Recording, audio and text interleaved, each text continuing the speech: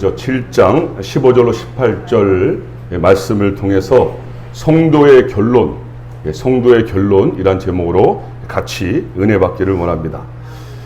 여러분, 일전에 제가 한번 말씀드린 적이 있었던 것 같습니다. 사람마다 다르겠지만 저는 꿈을 꾸는 타입이 아닙니다. 그래서 꿈을 꾸었던 적이 그렇게 많지가 않았던 것 같아요. 아니면 꿨는데도 제가 기억을 못하는지 모르겠어요. 그런데 어떤 분들은 어쩌면 그렇게 꿈을 잘 꾸시는지 매번 또 꿈 얘기만 하시는 분도 있더라고요. 근데 저는 이제 꿈을 꾸는 그런 타입은 아니었던 것 같습니다. 그런 저에게 아직도 생생하게 기억에 남아있는 꿈이 있거든요. 그것은 제가 힌두교 선교지에서 하루는 잠을 자는데요, 너무도 선명한 꿈을 꾸며 잠에서 깨어날 수밖에 없었습니다. 그 꿈속에서 네팔의 지도가 제 앞에 펼쳐졌는데요, 그 네팔의 지도가 한 네모난 그런 모양이거든요. 그 네팔의 지도를 타고 계속해서 그 국경을 따라서 강물이 이렇게 흐르는 거예요. 그리고 곳곳마다 그 내륙에서 그 가운데에서 불꽃이 번쩍번쩍하는 그런 꿈을 꾸게 되었던 것이죠. 여러분, 너무나 강렬했기 때문에 더 이상 제가 잠을 잘 수가 없었어요. 그래서 자동으로 하나님 앞에 무릎을 꿇고 기도를 했습니다. 하나님, 저에게 왜 이 꿈을 보여주십니까? 저에게 이것을 보여주시는 이유가 무엇입니까? 그 의미를 저에게 알려달라고 저는 기도할 수밖에 없었습니다. 그리고 기도하는 가운데 그 꿈의 의미를 깨닫게 해 주시더라고요. 네팔 지도를 타서 흐르는 그 강물 같은 끊임없는 그 강물은 바로 그 땅 영혼을 사랑하시는 하나님의 눈물이었다라는 것을 깨닫게 해주셨고요. 곳곳마다 불꽃이 번쩍번쩍하는 그 모습은 그 가운데서 고통당하며 힘들어하고 있는 네팔의 영혼들을 보여주시는 것이었습니다. 여러분, 그렇게 그 땅에 고통당하며 또 아파하는 영혼들을 향하여 끊임없는 눈물을 흘려주시는 그 하나님의 눈물을 보면서 저는 그 앞에 무릎을 꿇고 회개하고 주님 앞에 엎드릴 수밖에 없었던 그런 순간이었습니다. 여러분, 그것은 제가 힌두교권에서 사역하는 데 있어서 가장 강력한 저에게는 동기부여가 되었던 그런 사건이었어요. 여러분, 그 일이 있고 나서 얼마 지나지 않아서 뜻하지 않게 저는 사고를 당하게 됐고요. 또 몸이 너무 힘들어서 일주일 금식하면서 하나님 앞에 말씀을 네팔어 성경으로 읽는 가운데 그때 저에게 왔던 말씀이 디모데후서 4장 2절 말씀이었어요. 저는 그 말씀을 통해서 그 땅에서 제가 구체적으로 해야 할 일이 무엇이었는지를 주님께서 가르쳐 주셨습니다. 그래서 다시 한번 말씀으로 그런 정확한 컨펌을 받고 부족하지만 그 땅의 구석구석을 다니면서 하나님의 그 사랑을 전하게 하셨던 것 같습니다. 여러분, 이번 주간 우리는 너무나 우리에게 잘 알려져 있는 인물이지요. 지혜와 총명의 사람, 누굽니까? 다니엘에 대해서 여러분 읽으셨잖아요. 여러분, 어떠셨습니까? 정말 놀라지 않으셨어요? 기도를 하면 사자굴 속에 들어가는 것을 알았잖아요. 모르는 것도 아닌데 자신이 기도를 하면 사자굴 속에 들어가는 것을 알면서도 그는 당당하게 기도로 나아가는 모습을 보지 않았나요? 여러분, 금신상에게, 그 우상에게 절만 하면 살아날 수 있는데도 불구하고 당당하게 절을 하지 않고 맞수모로 그 풀무불에 들어가는 그 다니엘의 세 친구를 보시면서 여러분은 무슨 생각을 하셨습니까?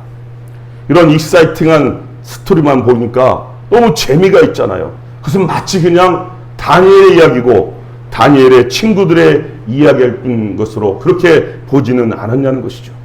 여러분, 그것은 지금 이 시대를 살아가는 우리에게 주님이 동일하게 요구하고 있는 그런 내용이라면 여러분은 어떻게 생각하시겠습니까? 여러분, 성경은요, 제가 항상 강조하지요, 제3자를 위한 이야기가 아닙니다. 성경은요, 오늘을 사는 우리를 위한 메시지예요. 그렇기 때문에 성경의 모든 사건들은 과거로 끝나버리고 역사 속으로 사라져버린 그런 빛바랜 이야기들이 아니라는 거죠. 바로 지금 여기에 우리를 향한 지속적인 메시지를 던져주고 있는 것이 성경이에요. 여러분, 그것을 듣고 볼 줄 아는 사람이 바로 우리 그리스도인인 줄로 믿습니다. 여러분, 이제 우리는 오늘 말씀을 통해서 다니엘에게 꿈과 비전을 주시는 그 하나님의 메시지가 무엇인지 두 가지만 한번 포커스를 잡아보도록 하겠습니다. 먼저는 그리스도인은 하나님의 관점에서, 하나님의 시각에서 이 시대를 해석하는 사람이다라는 거죠. 다시 말씀드린다. 그리스도인은 다른 것이 아니 하나님의 시각에서, 하나님의 관점에서 이 시대를 해석할 줄 아는 사람들이라는 거죠. 우리 15절 말씀 같이 한번 읽어보시죠.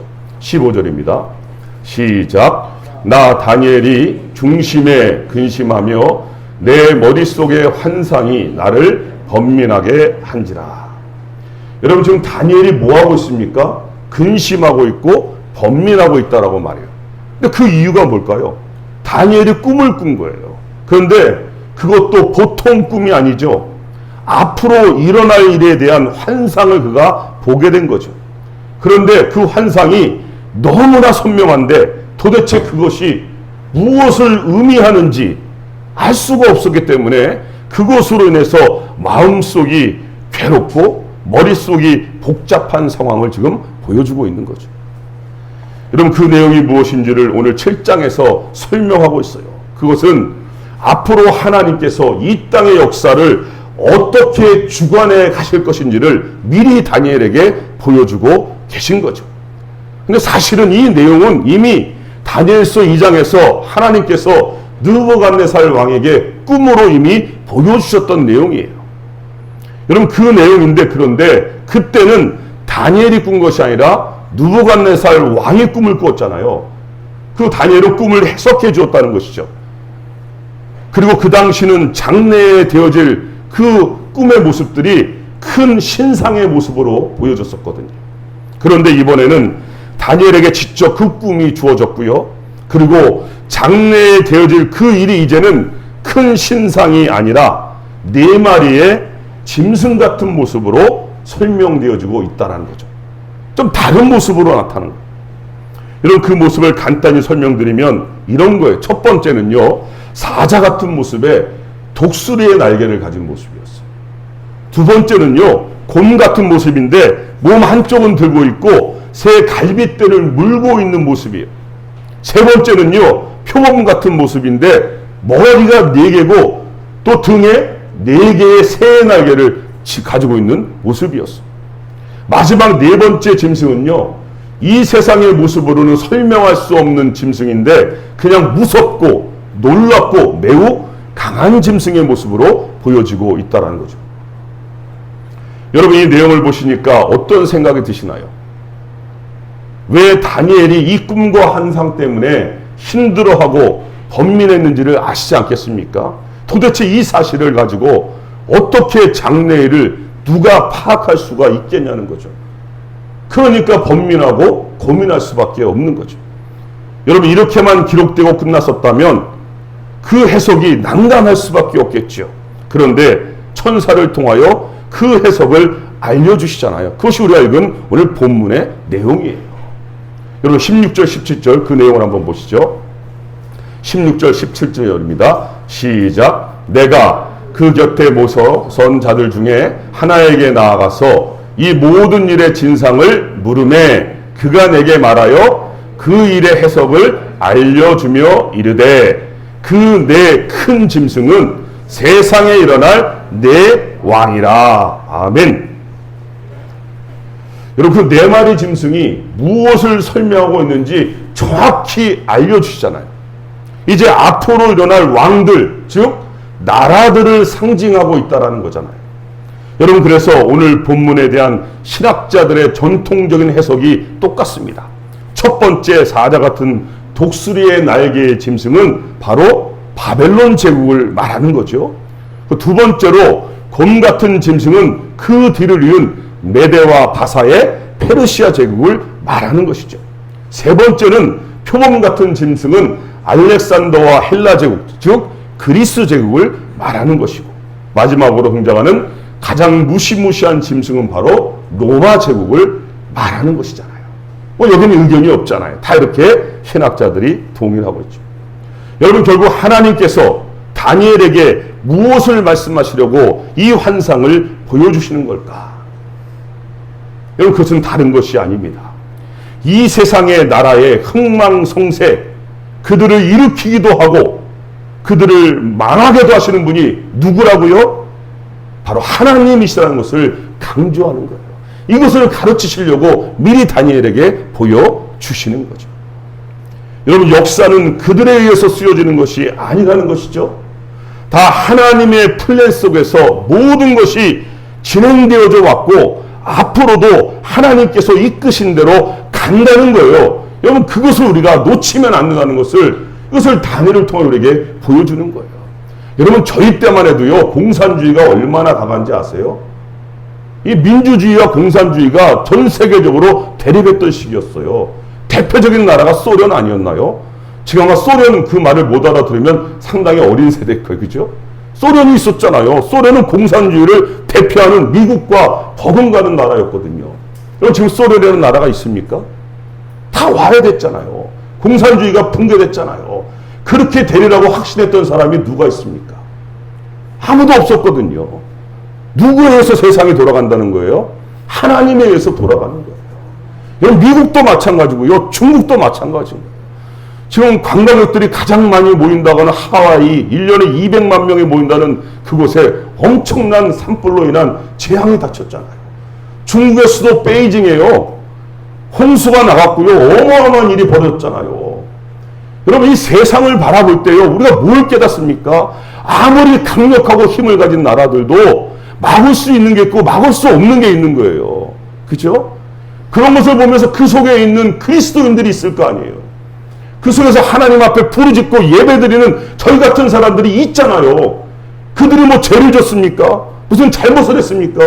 그래서 그들에게 임한 게 아니잖아요. 그것을 통해서 하나님께서 우리에게 보여주시는 게 있지 않습니까? 이 세상의 모든 우주 만물을 다스리는 분이 누구라고요? 하나님. 여러분, 그것은 또 다른 말로 하면 우리 한 사람의 인생도 마찬가지인 거예요. 우리 인생도 내 인생의 주인이 누구라고요? 내가 아니라는 걸 말하는 거예요. 내 마음대로, 내 생각대로, 내 뜻대로 사는 것 같죠? 아니에요. 여러분, 그것을 아는 것이 얼마나 중요한지를 오늘 다니엘서를 통하여 가르쳐주고 계신 거죠.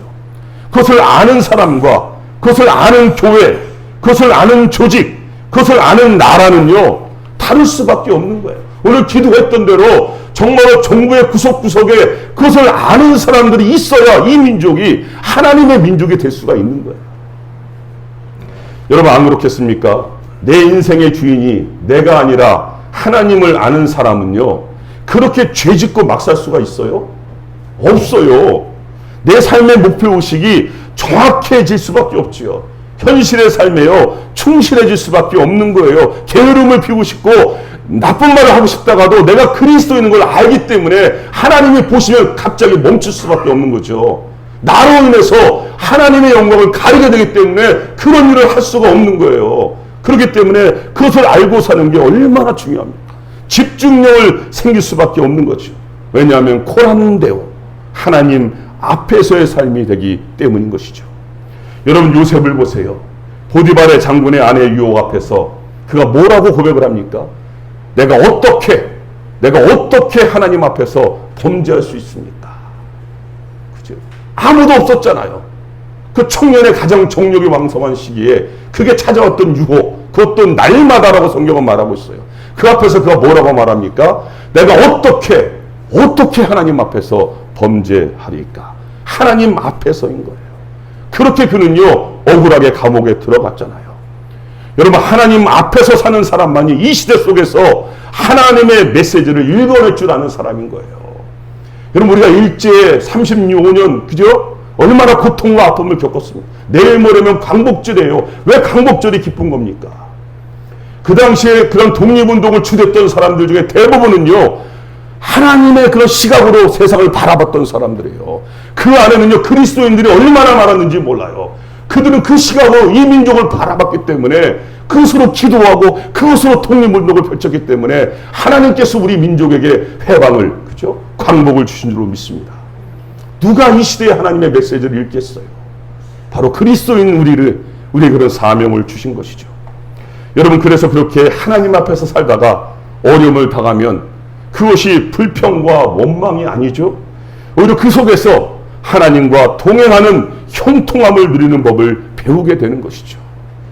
여러분, 사실 우리 그리스도인에게 이 세상 사람들이 추구하는 그런 환경의 변화는 사실은 그렇게 중요하지가 않아요. 왜냐하면 우리는 초막이나 궁궐이나 그 어느 곳에서도 하늘나라를 경험하며 살 수 있게 하셨잖아요.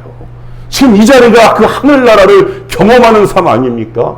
예배의 자리가 뭐 사람을 보러 나온 거예요. 하나님의 은혜와 그 사랑을 체험하며 누리는 자리잖아요. 그 주님과 함께하는 자리, 바로 이것이 천국의 기쁨 아니겠습니까? 그렇게 우리 역사하시는 분이 바로 성령님이시죠. 그렇기 때문에 우리는 이 시대의 모든 상황들 속에서 하나님의 메시지를 들을 수 있는 사람들이 되어야 되는 거예요. 여러분, 다니엘이 이 꿈과 환상을 보았다고 해서 그에게 달라진 것이 뭐가 있죠? 외부적인 환경은요, 변한 것이 하나도 없어요. 그렇다고 그가 환상을 본 대로 로마 시대까지 살면서 자신이 본 환상이 성취되어지는 것을 봤습니까? 그것도 아닌 거예요. 다니엘은요, 꿈과 환상을 봤지만 그가 한 것이라고는 기도하다가 사자굴 속에 죽음의 자리에 던져진 것밖에 없는 거예요. 그 환경은 오히려 어려운 환경이 찾아왔다니까요. 다니엘에게 분명히 이런 꿈과 환상을 통해서 하나님은 그의 가슴에 새겨주신 거 아니에요. 하나님만이 이 세상을 다스리시는 분이시다. 하나님만이 우리 인생의 주인이시다. 내 인생의 주인이시다. 내가 사자굴에 들어간다 할지라도, 그리 아니야 할지라도 나는 하나님을 믿는다. 그 믿음으로 들어간 거죠. 여러분, 그렇습니다. 이 세상의 운영자는 하나님이시기 때문에 그 하나님의 앞에 엎드릴 때만, 그 하나님을 붙잡을 때만 비로소 우리는 이 시대를 통하여 우리에게 주시는 하나님의 메시지를 들을 수 있게 될 줄로 믿습니다. 여러분, 그렇습니다. 오늘 본문을 통하여서 또 한 가지 우리에게 주시는 메시지는 그리스도인은 영원한 승리를 누리는 사람들이다. 우리 그리스도인은 영원한 승리를 누리는 사람들이다. 18절 말씀 같이 한번 읽어보겠습니다. 18절입니다. 시작. 지극히 높으신 이의 성도들이 나라를 얻으리니 그 누림이 영원하고 영원하리라. 아멘. 우리 그리스도인은요, 영원한 승리를 누리는 사람들이다.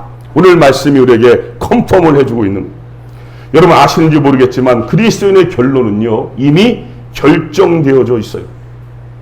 여러분, 저는 그것 때문에 여러분들이 기분 나쁘지 않기를 원합니다.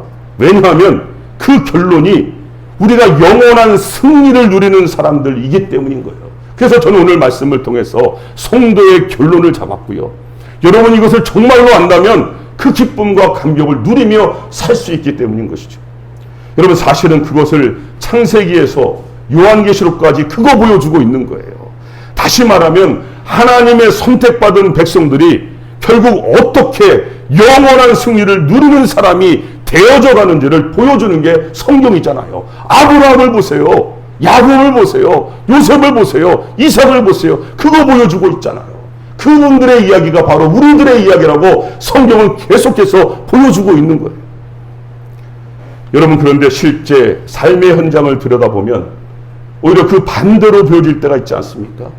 그러다 보니까 자꾸만 우리 그리스도인들이 착각하는 것이 뭐냐면 눈에 보이는 이 세상에서의 성공과 출세, 부귀와 명예를 가지는 것이 승리하는 것이다라고 오해를 할 때가 있는 거예요. 여러분, 우리가 성경의 인물들을 보면 볼수록 뭘 깨닫게 됩니까? 그 반대를 더 많이 경험하게 되잖아요. 여러분, 다니엘을 보세요. 나라가 망해져 가요. 예루살렘 거민이 바벨론에 3번에 걸쳐서 포로로 잡혀가는 거예요. 그러다가 BC 586년에 나라가 완전히 쫄딱 망해버립니다. 그렇게 다니엘은 어린 나이에 1차로 포로로 잡혀가는 신세가 되어버린 거예요. 전쟁 포로로 끌려갔으니 얼마나 불쌍한 신세 아닌가요? 그렇다고 시간이 지난다고 더 좋아질 기미는 보이지 않아요. 객관적인 환경으로 본다면 극도의 절망과 좌절의 상황인 거죠. 여러분, 그렇게 붙잡혀 와서 사는 자국민들의 탄식 소리, 이 신음소리를 다니엘은 다 듣고 보았던 거 아니겠습니까? 그러니 얼마나 가슴이 고통스러웠겠어요. 그런데 그런 다니엘에게 이런 환상이 임한 거예요. 그렇게 강대해 보이는 바벨론, 정말 영원무궁할 것 같은 그 대제국이 그런 바벨론이 망한다는 거 아니겠어요? 하나님께서 아웃시켜버린다는 거잖아요. 여러분, 그뿐만이 아니죠. 그 이후에 다시 세워지는 나라들도 결국 하나님께서 다 주관하고 계신다는 약속을 보여주고 계신 거죠. 더 나아가서 결국 우리 그리스도인이 승리할 것이고 우리가 영원하고 영원한 승리를 누리게 된다는 것을 확신을 주고 있는 것이죠. 여러분, 그러니까 우리가 어떻게 살라는 것입니까? 비록 눈에 보이는 현실이 포로 신세고 참 중노동에 시달리는 종의 신세지만 그러나 끝까지 참고 견디라는 거죠. 그러면 반드시 그날이 온다는 희망의 메시지를 다니엘을 통하여 이스라엘 백성에게, 선택된 백성에게, 오늘 이 시대를 살아가는 그리스도인에게 그렇게 던져주고 있는 것입니다. 여러분, 다니엘을 통하여 들려주시는 메시지가 뭡니까? 우리 그리스도인은 어떠한 절망 속에서도, 어떠한 불가능한 상황 속에서도 우리는 뭐요? 소망을 노래할 줄 아는 사람들이 아닙니다. 소망을 노래할 줄 아는 사람. 그것은 다른 것이 아닙니다. 이미 우리는 보장된 승리를 향하여 나아가는 상태에 있기 때문이거든요. 여러분, 우리의 그 영원한 승리를 바꿀 수 있는 것은 이 세상에 그 어떤 권세도 힘도 능력도 없어요.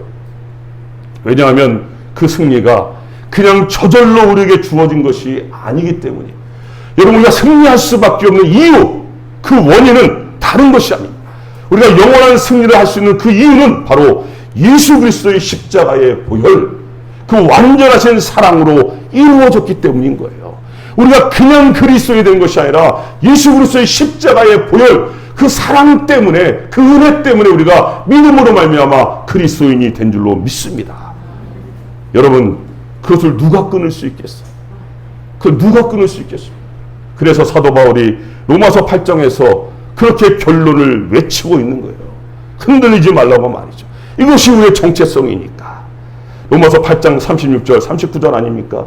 내가 확신하노니 사망이나 생명이나 천사들이나 권세자들이나 능력이나 높음이나 기쁨이나 다른 어떤 피조물이라도 우리를 사랑하시는 그리스도 예수 그 안에서 그 사랑을 끊을 수 있는 것은 아무것도 없다.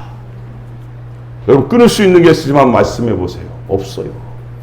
여러분이 그리스도인으로서 하나님의 사랑을 받는 사랑에서 끊을 수 있는 건 아무것도 없다는 거예요. 이것이 성경이 말하고 있는 증언입니다. 이걸 믿으셔야죠. 무슨 말을 믿겠어요? 여러분, 정말 여러분들이 이 말씀을 믿는다면, 정말 믿는다면 더 이상 더 큰 위로를 어디서 받을 수 있겠습니까? 뭐하러 점자기를 찾아가고, 뭐하러 예수 점자기들을 찾아가고, 뭐하러 딴 데 가서 기웃기웃 거릴 필요가 있어요? 이거보다 더 큰 위로를 어디서 받을 수가 있어요? 괜히 사람에게 위로받겠다고 애쓰지 않으셔도 되는 거예요. 이 말씀 하나 꽉 붙잡으면 그냥 끝나는 거예요. 믿음으로 고백하세요. 힘들고 어려우면 이 말씀을 외우면서 외쳐보세요. 하나님의 은혜가 성령님께서 우리 안에서요 탄식하면서 강력한 힘으로 다가오실 거예요. 그분이 우리 안에 계시거든요. 여러분, 그래도 삶의 무게가 무겁다고 느끼시는 분이 계십니까? 아니면 해결되지 않은 문제들로 고통스러워하는 분이 계십니까? 그러면 이제 우리가 영원토록 주님과 함께 무엇을 하고 있는지 또 그 장면을 묵상하시면서 위로를 받으시기를 바랍니다. 우리가 어떻게 우리의 인생이 뭐하고 있는지를 보면 될 거 아닙니까? 그것이 바로 요한계시록 7장 9절 10절에 나와 있어요. 성경에 이미 다 우리의 모습을 보여주고 있는 거예요. 거기에 뭐라고 되어 있습니까? 제가 읽습니다. 이 일 후에 내가 보니 각 나라와 족속과 백성과 방언에서, 여기 대한민국이 없습니까? 각 나라와 족속과 백성과 방언에서 아무도 능히 셀 수 없는 큰 물이, 여러분 14만 4천이 아니에요. 신천지의 거짓에 넘어가면 안 되는 거예요. 여호와의 증인들에 넘어가면 안 되는, 무슨 14만 4천이에요. 아무도 능히 셀 수 없는 큰 물이라고 성경이 분명히 말하고 있는데요. 흰 옷을 입고 손에 종려가지를 들고 보좌 앞과 어린 양 앞에 서서 큰 소리로 외쳐 이르되 구원하심이 보호자에 앉으신 우리 하나님과 어린 양께 있도다. 우리가 그곳에서 주님과 함께 주님을 뭐하고 있어요? 예배하고 있잖아요. 찬송하고 있잖아요. 이게 우리의 결론이에요. 여러분, 다니엘의 환상 중에 이 모습을 봤죠. 그래서 14절에 동일하게 고백하고 있어요. 그에게 권세와 영광과 나라를 주고 모든 백성과 나라들과 다른 언어를 말하는 모든 자들이 그를 섬기게 하였으니 그의 권세는 소멸되지 아니하며 영원한 권세요 그의 나라는 멸망하지 아니할 것이라. 똑같잖아요. 여러분, 아무리 원수마귀가 육신의 정욕과 안목의 정욕과 이생의 자랑으로 우리를 넘어뜨리려고 유혹하고 우리를 지치게 만들어도 얼마나 힘들어요. 얼마나 원치 않는 상황들이 우리에게 다가와요. 정말 피하고 싶고 도망가고 싶지 않나요? 더 적극적으로 우는 사자같이 우리를 삼키려고 달려들었잖아요. 그런데 이 맞닥뜨린 분들이 우리 얼마나 많습니까, 실제로. 그러나 적어도 내가 어떤 존재인지, 우리의 결론이 어떻게 끝나는지를 이 다니엘서를 통해서 본 사람은, 확신하는 사람은요, 견뎌낼 수 있는 줄로 믿습니다. 타협하지 않습니다. 도망치지 않습니다. 포기하지 않는 줄로 믿습니다. 여러분, 자녀는요, 절대로 그냥 태어나는 법이 없지 않습니까?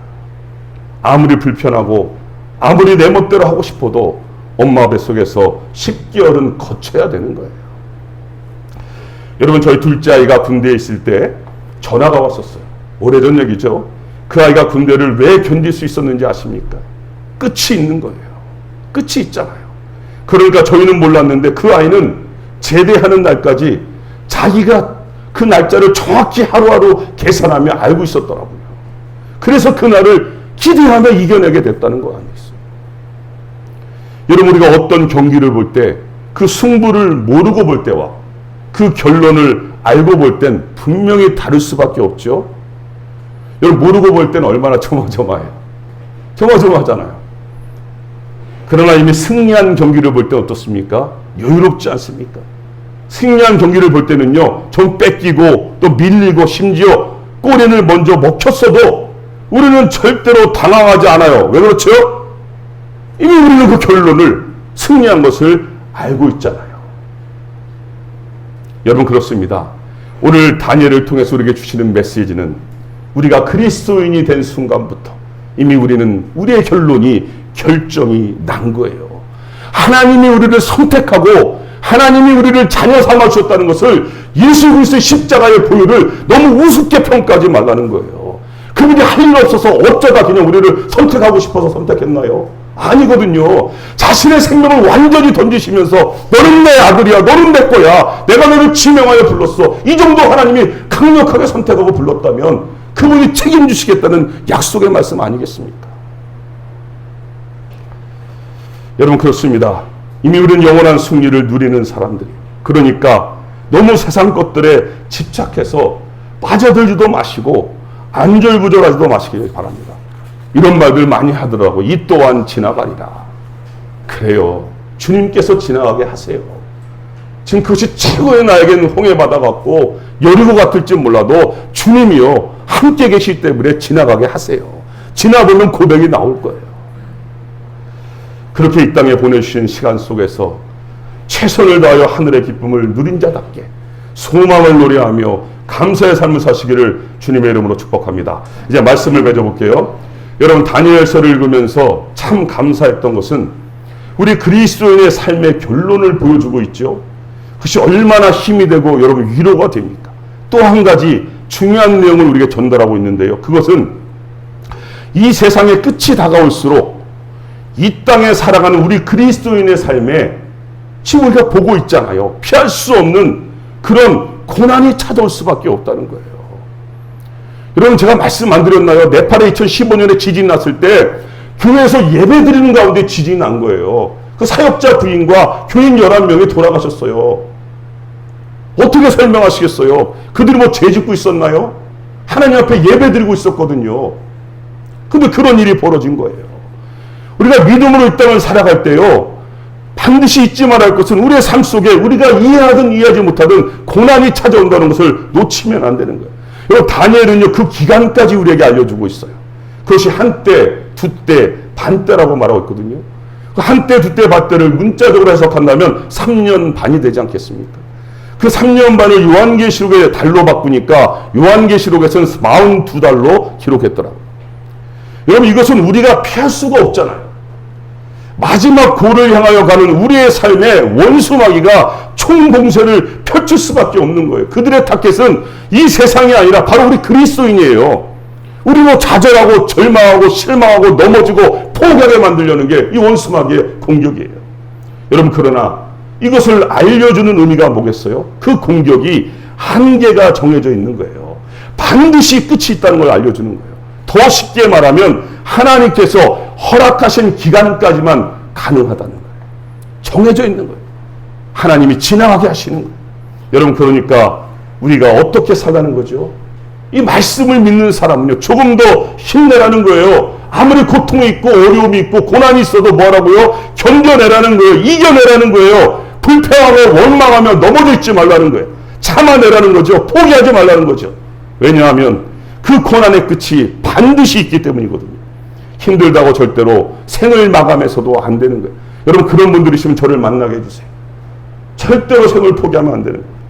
여러분, 그렇게 우리의 마지막 결론을 묵상하심으로 그 어떤 종류의 고난과 어려움 속에서도 넉넉히 이겨내시고 오히려 그런 상황 속에서 말씀하시는 하나님의 메시지를 들으심으로 코람되어의 삶을 사시기를 주님의 이름으로 축복합니다. 기도하시겠습니다. 하나님, 오늘 다니엘서를 통하여 우리에게 이 시대를 우리가 어떻게 바라봐야 하는지, 끊임없이 변화하며 끊임없이 아픔과 고통의 소리가 들려오는 이 세상의 현실 속에서 우리가 그리스도인으로 분을 받고 살아가면서 어떠한 시각으로 어떻게 살아야 하는지 하나님 다시 한번 말씀을 통하여 우리에게 조명하여 주시니 감사합니다. 이 말씀 붙잡고 그리스도인답게 당당하게 하나님 앞에서 그렇게 믿음으로 승리하며 이 땅을 위하여 충고하며 하나님의 나라를 위하여 꿈을 꾸며 기도하며 그렇게 믿음으로 정진하는 저희들 되게 하여 주시옵소서. 어떠한 고난과 어려움과 내가 해결할 수 없는 문제들 속에서 좌절하고 절망하고 넘어져 있는 것이 아니라 우리의 영원한 승리를 보장하신 예수 그리스도의 십자가의 보혈을 붙잡고 그 앞에 엎드려 기도함으로 당당하게 하루하루 믿음으로 승리하며 살아가는 저희 모두가 될 수 있도록 축복하여 주시옵소서. 예수님의 이름으로 기도드립니다.